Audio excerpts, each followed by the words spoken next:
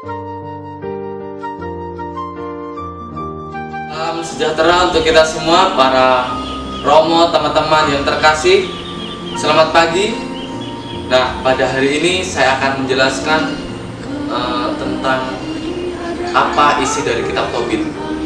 Nah, jadi hari ini saya mengambil dari, sebenarnya ada 3 sumber. Yang pertama itu dari pengantar ke dalam Perjanjian Lama. Nah, ini saya berikan contohnya. Terus yang kedua tuh ada buku yang berjudul mendalami isi kitab-kitab Perjanjian Lama, itu ada di sana, tidak saya bawa. Nah, terus yang selanjutnya tuh saya ambil dari Wikipedia. Dan kedua, yang selanjutnya itu adalah YouTube. Saya ambil dari YouTube. Nah, jadi saya akan menceritakan sedikit ya, atau kurang lebih agak banyak dari kitab Tobit. Sebenarnya kitab Tobit itu adalah sebuah drama yang menggambarkan itu happy ending. Jadi ceritanya ini akan happy ending ya. Nah, jadi setelah saya membaca dan mencari apa itu isi dari kitab Tobit, nah jadi saya bisa menjelaskan atau mengerti sedikit. Nah, jadi kitab Tobit itu memiliki 2 pemeran utama, yaitu 2 keluarga, yaitu keluarga Tobit dan Sarah. Nah, Tobit itu sebenarnya itu adalah nama bapak Tobit, dan Tobit ini memiliki anak yaitu Tobia. Nah, mereka ini adalah keluarga yang terkenal, keluarga yang sangat terkenal di kerajaan. Di sana Tobit itu melihat, pas dia bekerja di kerajaan tersebut, melihat banyak sekali orang-orang yang telantar, tidak ada pakaian dan kekurangan makanan. Nah, itu terjadi saya dijelaskan di buku pengantar ini, itu terjadi di negeri Ansur, di kota Niniwe. Nah, di kota Niniwe. Nah, di situ. Jadi Tobit itu merasa tergerak hati dan membantu orang-orang yang sedang terlantar, yang sedang dalam pembuangan tersebut. Nah, akibatnya si Tobit itu dibenci oleh banyak sekali orang karena dia sok-sokan membantu, kan seperti itu kan, kalau sifat manusia ya seperti itulah. Jadi banyak sekali orang yang membenci, dan akhirnya Tobit itu dikeluarkan dari kerajaan, dari pekerjaan itu dikeluarkan. Tapi dia tidak merasa seperti menyalahkan Tuhan atau bagaimana, tetapi dia tetap berdoa. Tobit ini termasuk salah satu orang yang sangat-sangat takwa kepada Tuhan. Nah, setelah dia dikeluarkan, dia membantu tadi bersama Tobia, dan mereka dikeluarkan dari kerajaan tersebut.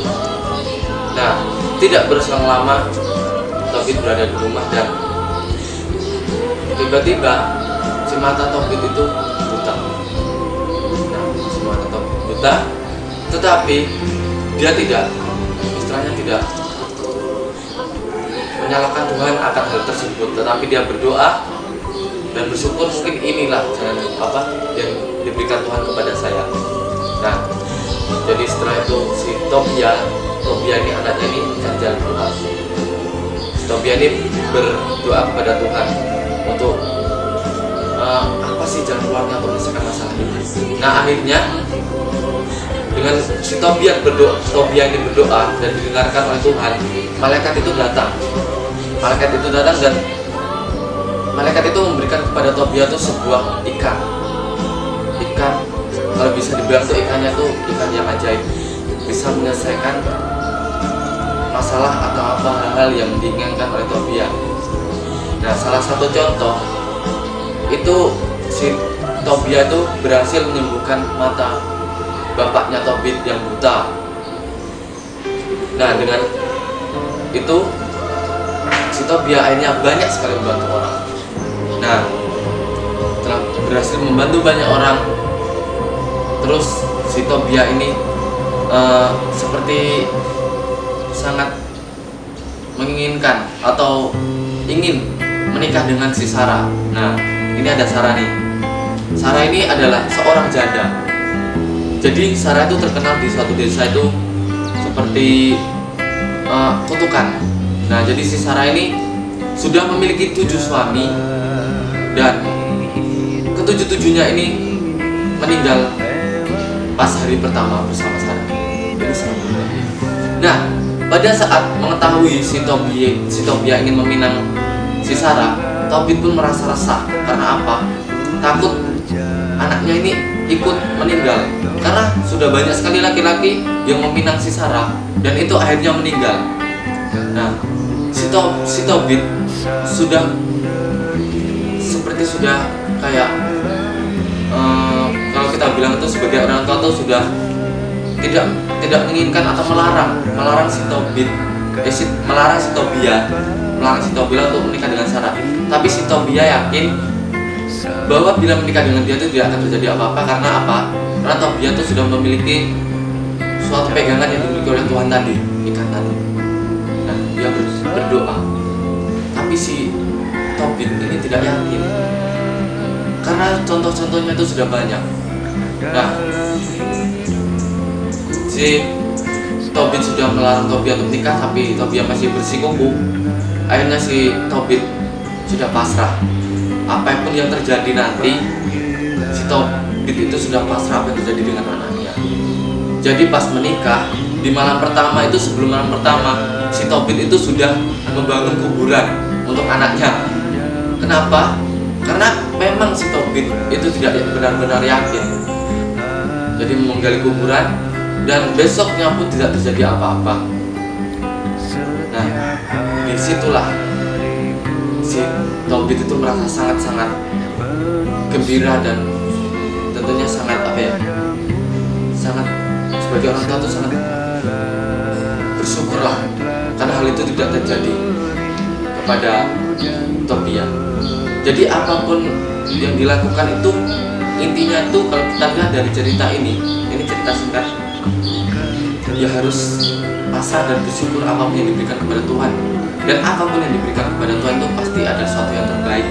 Mungkin hari ini bukan yang terbaik, besok pasti ada yang lebih baik.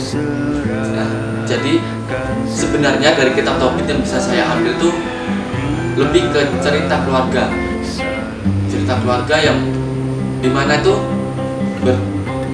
happy ending. Jadi endingnya itu mereka tuh happy ending.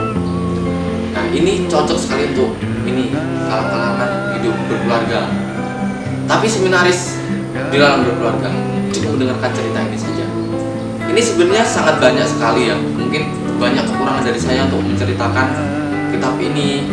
Mungkin masih ada beberapa kayak hal-hal yang terlewatkan atau yang salah dari saya dari kitab ini.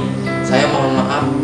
Dan bila teman-teman ada saran atau ada komentar, ada pertanyaan itu nanti bisa dimunculkan atau bisa ditanyakan kepada saya. Mungkin bila saya kurang mengerti atau teman-teman mau menambahkan tuh, saya persilakan dengan senang hati. Jadi saya mengucapkan terima kasih tentunya kepada Romo Miki selaku dosen kami yang sangat perfect ini memberikan tugas sejarah kitab suci. Jadi dengan adanya kitab Tobit ini, sebenarnya kitab Tobit kan jarang sekali kan dibaca oleh orang, tapi ketika diberikan tugas ini, kami semua tuh secara tidak langsung tuh mengerti sih apa sekilasnya dari kitab-kitab yang ada di kitab suci. Jadi itu saja dari saya. Salam dari saya, Yusuf Yogi Pratama, asal dari Paroki Santo Petrus dan Paulus Batu Raja. Kurang dan lebih saya mohon maaf. Semoga Tuhan selalu memberkati. Terima kasih.